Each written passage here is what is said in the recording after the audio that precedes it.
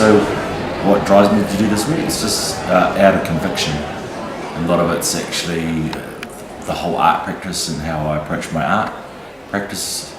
It has a lot related to historical events, but then also has a lot to do with my how I actually craft my skills and try to improve my skills. But it's just a vehicle to tell a story. So at the beginning of this residency, I had the same approach and the same structure that I applied to pretty much most of the residencies I actually work on. So how I structure is like starting off with researching the background to an area, like for example here, where we're looking at shells or middens, and we use that as an example to start the storyline. So I start to look for facts that are associated with the shell. You know, when you go to the middens, like for diggings or what was present here and what's here now. The project I'm working on right now is I'm working on the pā sites, 45, 46 pā sites up in Waiheke. Why is that relevant?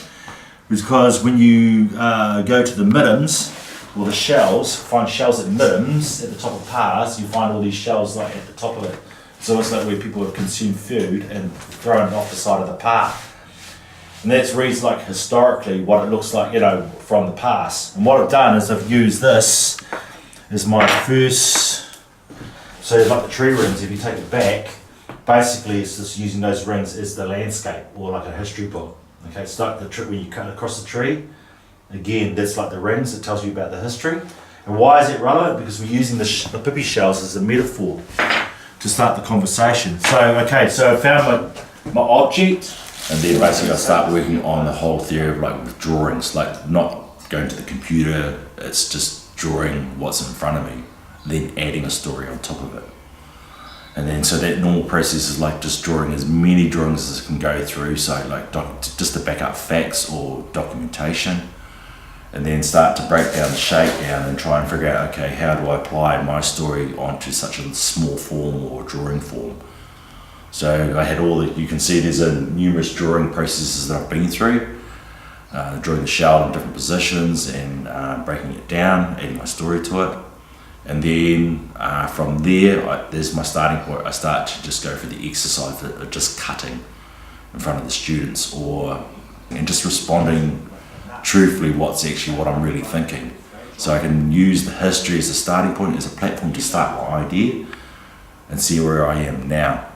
And that sort of helps create a whole body of work. So what I've been talking is that the different waka that came through here at Waiheke, because Waiheke is like the BP station, like Rarotonga, and it takes 22 days to go from Tahiti to Aotearoa.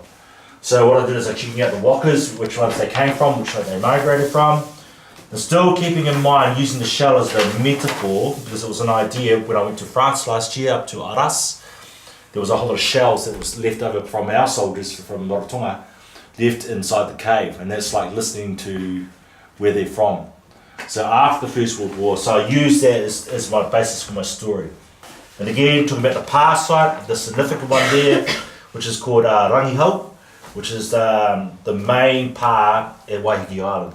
And then talking about all the deforestation that was going on there with the Kāori. So still using those lines to tell my story. So they're like talking about the terracing, talking about the pātaka, you know, the food storage place, but also the kumara that was actually growing up there, and taro. And again, doesn't have to, you know, the political side of it is actually, it's almost like a story reveals itself as you are writing the story or visually writing the story. So that story starts to reveal itself when you start to. So for example, we were talking about the whale and the Cook Strait. I overheard on the news about they're not going to survey the whales coming through the Cook Strait because there's no need to get the data. But that data comes of value. So what I've done is just taken the idea that I can't get out of my head visually and translating it onto something relevant. So I see the shell like a metaphor, as like the watch in time or something from the past that I record on. And then I look for different mediums to record that process. So it's just being really honest with the process, what I'm really thinking. So for the toro, the albatross, same thing, I've been watching this albatross as a chick, and this is at toro heads. And those stories start to reveal themselves slowly, like why the albatross. And I mean, there's a good story behind that. I know what the story is, But I leave that to the audience to either ask me, not to provoke them, just as a starting point to make up their own mind about it, because I'm not trying to convert anyone. I'm just trying to subliminally use that as a vehicle to start the story. So I've gone for Michel's for that concept. So I've done my cone shell, talking about the eel. It's not just a pretty picture. Basically it's talking about the habitat, the home, just a metaphor. That used to be a home for somebody else. So that's why I'm using it again, trying to use the fish as a way to say they're the refugees of no homes. Okay, so it's just a starting point to start the conversation.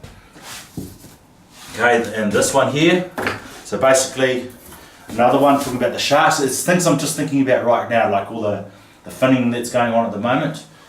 So it's just one of the things, it's a starting point. So over here, that was my mock drawing at the beginning when I first arrived. Then turned around and said, yeah, okay, I'll knock out a shark. I can do it realistic, yeah, that's good, but how do you make it actually give it some more thought about the concept or the idea? Okay, so the next one. It's actually in my DNA, and it's because it's related to a story that I found out about James Cook when he first came to this country, to Aotearoa, through Tupaia. And he's been my inspirational figure ever since I discovered him, because I read a book in one day, The Trial of the Cannibal Dog. And that clearly talks about the documentation, the cultural exchanges that are going on at that time. And also the cultural exchange that was already been happening visually with Parkinson and Tupaia, who was a pilot with James Cook, who was the translator. So I thought, for me, that's like the mark of like exploration, research, a cultural exchange, why we were collecting it and what's been collected at that time from Banksy and Parkinson visually.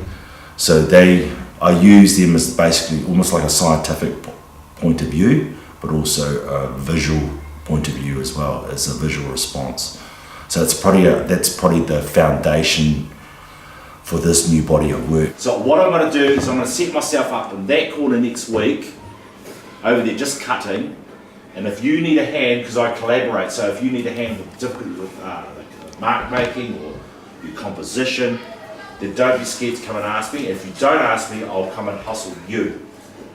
And then I'll show you how to put it onto the block. And for me, that first historical significant moment when those two shared a watercolour together, a Polynesian and a European. And for me, they had this synergy going together, you know, sharing the canvas, working together, like recording images together.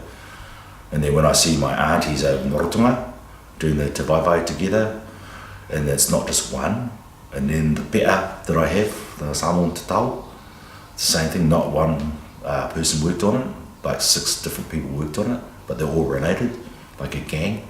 So it's a collaborative approach, which is just automatic, it's a given. And from a collaborative point of view, it's like having that trust between another human being and you're sharing your concepts, your ideas. Because there's this kaupapa that Phlox and I share, like everything's been discovered. So what's new? So what's new is the exploration when you collaborate together with another student or another human being. So it's like the unknown, and I think that going on that voyage of discovery and trusting each other and trying to get that synergy right is actually really important. See?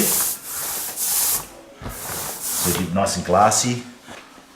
And you can see how even that distribution of all that ink is going. Drop this dude over the top.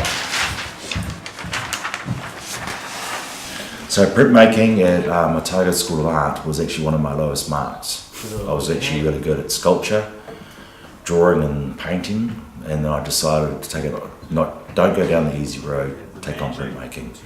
And I did, because there were some very good tutors, Marilyn Webb, Christy Long, Tom Fields, Clive Humphreys, and there was a whole group of people around Dunedin at that time. They didn't push me down that line. I just was around some very good people that actually taught me to see things again and how to re-look at my work. And it has a real awesome historical significance because it's connected with the Chinese, it's connected with the Germans, it's connected with the Japanese. It goes way back to the 17th, 16th century, you know, it goes even further back. So I like talking about the history side of it, And I think that's, again, part of that historical side I like about it, because you've got to know where the process come, and it's not digital, it's a real thing. This has actually been part of that process, like rather than drawing on a piece of paper, we draw on the shell and then photograph the shell and then blow the shell up. Then what's it going to look like? I want to see what it looks like in bronze. I want to see what it looks like in watercolor. I want to see what it looks like when it's painted. I want to see what it looks like on paper when you do wood cutting with it. So there's several different processes. So you try and deal with different genres that you can pick on that will actually give you a different feel to it or a different look to it. They don't know how to use the chisel, and I'm still learning how to use the chisel, but I go through the basic thing about illusion, and so I use their first name or their second name or the nana's name or auntie's name to start the whole journey of, okay, draw up the actual letter. Now we're going to make the mark making or create the illusion of weaving. So we use this weaving design, which is over here. And that's this learning how to hold the chisel correctly so that it gives them a chance to get their hands used to carving. Then they go for the next exploration is basically this mark making here, the zigzag design, the gut design, the kōwhaiwhai design.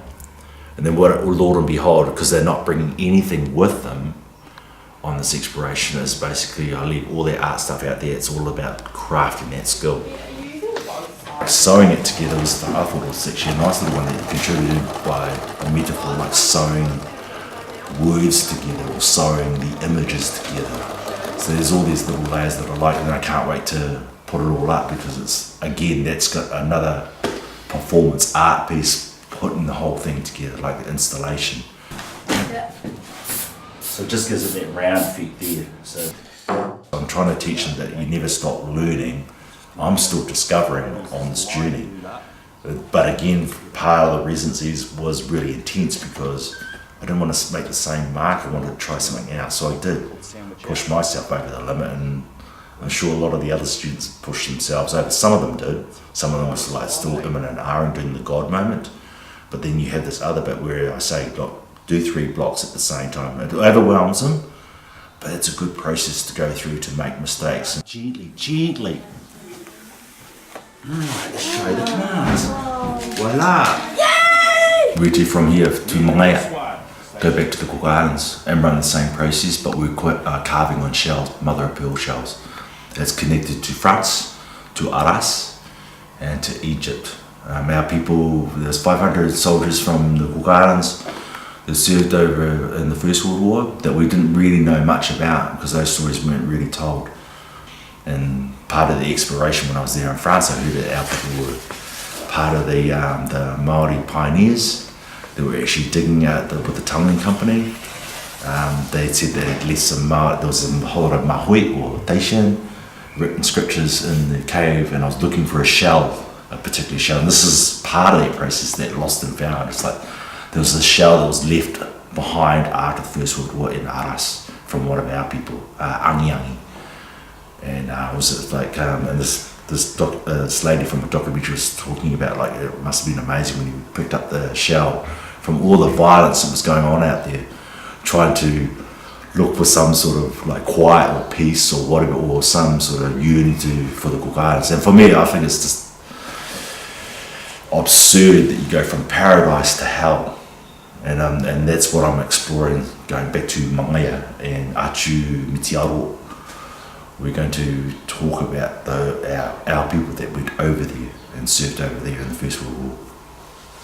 Just using the mother of pearl shells, just to carve on them and tell that story.